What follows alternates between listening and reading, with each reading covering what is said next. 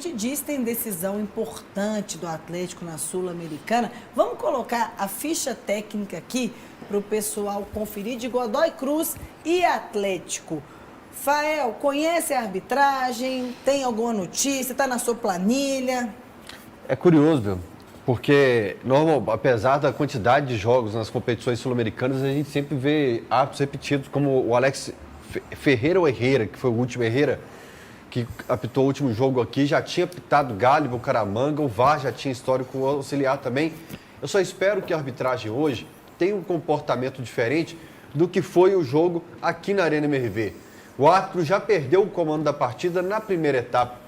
O árbitro de Galo e Grêmio, quando os times começaram a querer desandar, ele expulsou 1, 2, 3, quantos fossem necessários para não perder o controle. Você pode questionar ou não a atuação dele, mas ele não quis perder o controle da situação ali com empurrão, troca de empurrões. O Alex Herrera teve aqui uma das piores arbitragens que eu já vi em jogos sul-americanos. Hoje você pode ter certeza que vai ter entrada mais dura do Godoy Cruz, como fizeram aqui também. Então o árbitro tem que ser rigoroso e não perder o controle do jogo. E, Fael, a gente critica muito a arbitragem brasileira. Quando a gente leva isso para o âmbito sul-americano, parece que piora, né? A gente vê na Sul-Americana, Libertadores, uns árbitros ainda um pouco melhores, mas na Sul-Americana, árbitros extremamente despreparados. E no Brasil, eles dão muito tempo de acréscimo. Lá, o time como o Godoy Cruz não deixou a bola rolar por 25 minutos e aí tem 5 de acréscimo. Então, ele beneficia quem está jogando da forma errada.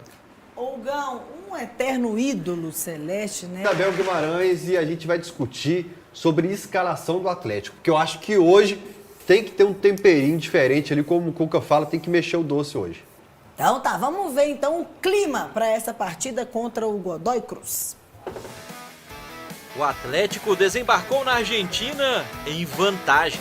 Por conta da vitória em casa na semana passada, um empate basta para avançar na competição. E se a gente olhar o retrospecto, pelo menos a expectativa alvinegra é boa, viu? Na única vez em que os times se enfrentaram em Mendoza, casa do Godoy Cruz, o resultado foi justamente um empate, 1-1, pela Copa Libertadores de 2017. Outro ponto positivo vem de confrontos fora de BH contra times argentinos. Já são 5 anos sem derrota no país vizinho, esse recorte da história. Nas últimas 5 partidas disputadas, o Galo somou 2 vitórias e 3 empates. E agora, hein? Jogo duríssimo na casa do adversário e na quinta-feira fazer um excelente jogo e, se Deus quiser, sair com a classificação. Em busca da classificação longe de casa, o Atlético precisa superar um desfalque importante. Diagnosticado recentemente com uma lesão na coxa esquerda, Lianco está fora da partida. O lateral Saravia, o volante Patrick e o meia Bernard também não jogam. Por motivos diferentes, todos foram vetados pelo departamento médico. Já no ataque, o time pode contar com um reforço. A ausência nas últimas rodadas do Brasileiro, por conta de uma punição do STJD, Dudu está liberado para jogar na competição internacional. Logo mais, o Galo vai estar em campo. Com a equipe, a chance de se manter vivo em todas as competições do ano. Foco total, jogo de decisão. A gente sabe da importância do jogo, sabe da importância que tem essa classificação para a gente. Esperamos estar na máxima força possível para fazer um grande jogo e voltar com a classificação. Ô, Fael, e o nosso querido fotógrafo Edésio, do DA Press, ele flagrou aí pra gente algumas faixas, cobrando aí, sobretudo da SAF, no entorno, né, da sede de Lourdes, nas ruas Aimorés e também na rua Bernardo Guimarães, algumas faixas de protesto aí nas proximidades da sede. É porque por mais que o Atlético esteja contratando, tem saído muitas peças também, né? Eu faço sempre a lista de elenco lá nas planilhas e me impressiona a quantidade de peças que, em relação ao final de 2024, que já deixaram o clube nessa temporada. Assim como saiu o Otávio, Davis e vários outros, agora sai o Igor Rabelo também, que seria muito importante nesse momento em que o Lianco desfalca o time, que principalmente o Cuca passa a impressão de que não confia nos substitutos. É o que eu falo de equilíbrio do elenco, expressão tão usada no início da temporada. Se detectou que havia um desequilíbrio e consertou, que não deixasse isso acontecer em outra posição, e a sensação que a gente tem é essa. A faixa fala sobre atender o pedido do Cuca, mas espera lá. Por exemplo, o Vitor Hugo, que não atua desde o jogo contra o Internacional, e eu acho que deveria ganhar uns minutos hoje, o Vitor Hugo era um com o aval do Cuca, que citou na coletiva que já o conhecia. O Caio Paulista, que não vem agregando na lateral esquerda, o Cuca cita na coletiva como uma oportunidade de mercado. Então a faixa fala sobre atender os pedidos do Cuca, mas alguns desses pedidos não corresponderam dentro de campo ainda também. Mas uma coisa é fato, na defesa, quando se fala em substituto, seja para Alonso ou para o Lianco, o treinador, o torcedor, ficam com a pulga atrás da orelha. Sobre o Juan, Isabel, eu recebi uma mensagem durante o início, nós estamos na quinta-feira, no início da semana, que poderia até não ser concretizada a negociação. Tanto que é estranho o tempo que o jogador já está em BH e não foi anunciado pelo Atlético. Ele não estaria à disposição para o Galo na Copa do Brasil e temporariamente por estar tratando uma lesão. O Brax, em entrevista, garante que ele vem como um reforço para longo prazo para o Campeonato Brasileiro, mas que o Galo precisava de algo agora com um jogador que você pega, entrega a camisa e tem total convicção, isso é certeza. Ô, Fael, e há muitos torcedores criticam muito a diretoria do Atlético, e com razão, mas é o que você disse. Tem contratação que não deu certo, que teve o aval do Cuca, que não tá jogando, que tá jogando mal, e o Cuca que mandou trazer como o Caio Paulista, o Vitor Hugo. E as experiências que a gente tinha com o Cuca no final de 2011 para 2012, em que ele indica vários jogadores que dão certo aqui no Atlético, e principalmente gastando pouco. Em 2021, que ele traz o Nathan Silva, que dá muito certo naquele time também, que era um jogador do Galo, que estava no Atlético Goianiense. A gente tinha essa expectativa. Olha, o Cuca está parado há algum tempo no mercado, está assistindo um jogo da 5ª divisão, que nem existe no futebol brasileiro. Ele vai saber indicar peças pontuais. Porém, ele já indicou peças que não estavam sendo aproveitadas, já com um tempo de carreira em outros clubes também, que não conseguiram render aqui no Galo. Ô, Gão, o desempenho, Celedrin, o que eu chamo agora, meu filho? Ah, Fael, vamos acompanhar os bastidores da viagem atleticana para a partida de hoje. Pois é, Isabel, o Atlético ele tem que estar com a cabeça ligada no Campeonato Brasileiro, onde não tem conseguido bons resultados depois da pausa do Super Mundial.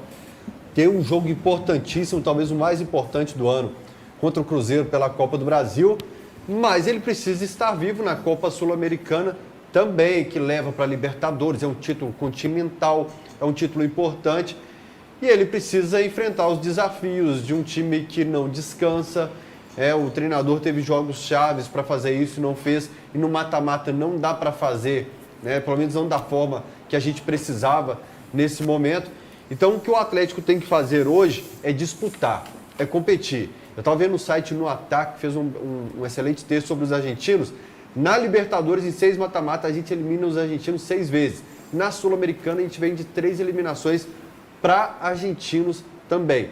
Então, são competições diferentes, mas essa forma de guerrear na Libertadores que o Galo teve contra os argentinos, fazendo um 3-0 no River Plate, é o que tem que entrar dentro de campo hoje. Sem encostar na parede e jogar por resultado, porque para nós nunca deu certo. E agora o Ian Cássio vai colocar Tramel, vai se encaminhando. Coloca, por favor, gente, a escalação para o Fael fazer. Mesmo. Daqui a pouco a gente vai vai lá com seu time lá, vai. Mostrar para vocês. Inclusive, parece que teve fogos ali no hotel que o Atlético se hospedou na Argentina, Fael. Vamos mostrar isso. Isso era muito comum aqui antes, mas agora pode escalar para a gente. Chega lá no Fael, Ian. Isabel, eu trouxe opções aqui que talvez surpreendam o torcedor. Uma que eu tenho citado em todo vídeo meu lá no YouTube, no canal do Camisa 12, é o Gabriel Menino, que chegou na seleção fazendo a lateral direita, como lembra meu amigo Dalton Estrela, e poderia, nessa fase ruim do Natanael, substituir muito bem, porque agora você tem mais um volante para fazer dupla com o Alan Franco, que é o Alexander. E a outra preocupação que eu tenho é que, como o Arana voltou de lesão e vem atuando sempre, a minutagem muito alta, eu resolveria 2 problemas de uma vez só. Eu daria ritmo para o Vitor Hugo, que não joga desde o dia 12 de junho aqui, alternando com o Alonso, quem faz o lado esquerdo da zaga e quem faz a lateral esquerda, porém dando preferência para o Alonso fazer a lateral, mas cogitaria sim utilizar o Vitor Hugo com o Alonso aqui, reforçando um pouco a marcação do lado esquerdo. Ah, Fael, mas aí você está sendo meio contraditório, que você falou agora que o Galo não precisa ser retranqueiro. Não precisa. Isso aqui é você blindar, dando talvez até mais liberdade para Dudu, caso opte pela titularidade do atacante também, o Cuca. A gente sabe que o Dudu não consegue contribuir muito para a marcação por esse lado, então você reforçaria esse lado, porém, eu deixaria aqui o Renier pelo lado direito, o Scarpa por dentro e o Coelho, que não joga contra o São Paulo, fazendo a ponta esquerda. Bel, é certo essa escalação. Vai comigo, Cuca, você não tem erro, não. Vai comigo, Cuca. A prepotência dele. Enquanto ele vai voltando, vamos colocar, parece que teve fogos de artifício aí, Fael, no hotel. Aí, ó, vamos ouvir. Isso aí é comum, né? Da rivalidade aí internacional, né, Fael? Também na época da Libertadores, assim, 2013, eu lembro, né? Eu cobria na rua, era muito comum os atleticanos soltarem foguete no hotel que as outras delegações estavam hospedadas. E agora, o pessoal lá da Argentina soltando foguete onde a delegação do Galo está hospedada. A turma acredita que atrapalhando o sono, que os times dormindo menos, eles possam sentir um pouco na hora da bola rolando, mas acho que o pico de adrenalina ali, né? A questão de isolamento dos hotéis também. E que bom que houve um trabalho de conscientização de lá para cá, que se está afetando, na verdade, animais, pessoas com autismo, e hoje esse hábito vem sumindo no meio das torcidas em todos os cantos do Brasil. E eu fico imaginando, o cara que tá ali no hotel e não tem nada a ver com o jogo. Reserva o Não hotel, sabe o cara nem do que Chile tá lá, não tá entendendo que nada. tá acontecendo? Geralmente o hotel que os times ficam, às vezes até quando a gente é contratado por alguma coisa, a gente fica também. Tem um isolamento sensacional. Sabe como é que isso entra no ouvido do jogador de quem tá dormindo no hotel? Não faz a menor diferença, meu Se filho. fizesse em BH, a hora que explodir no céu, tem um cara que fala, é tiro! Cadê a patrulha? Vamos cobrir isso aí! É um cara que, inclusive, daqui a pouco tá chegando aí.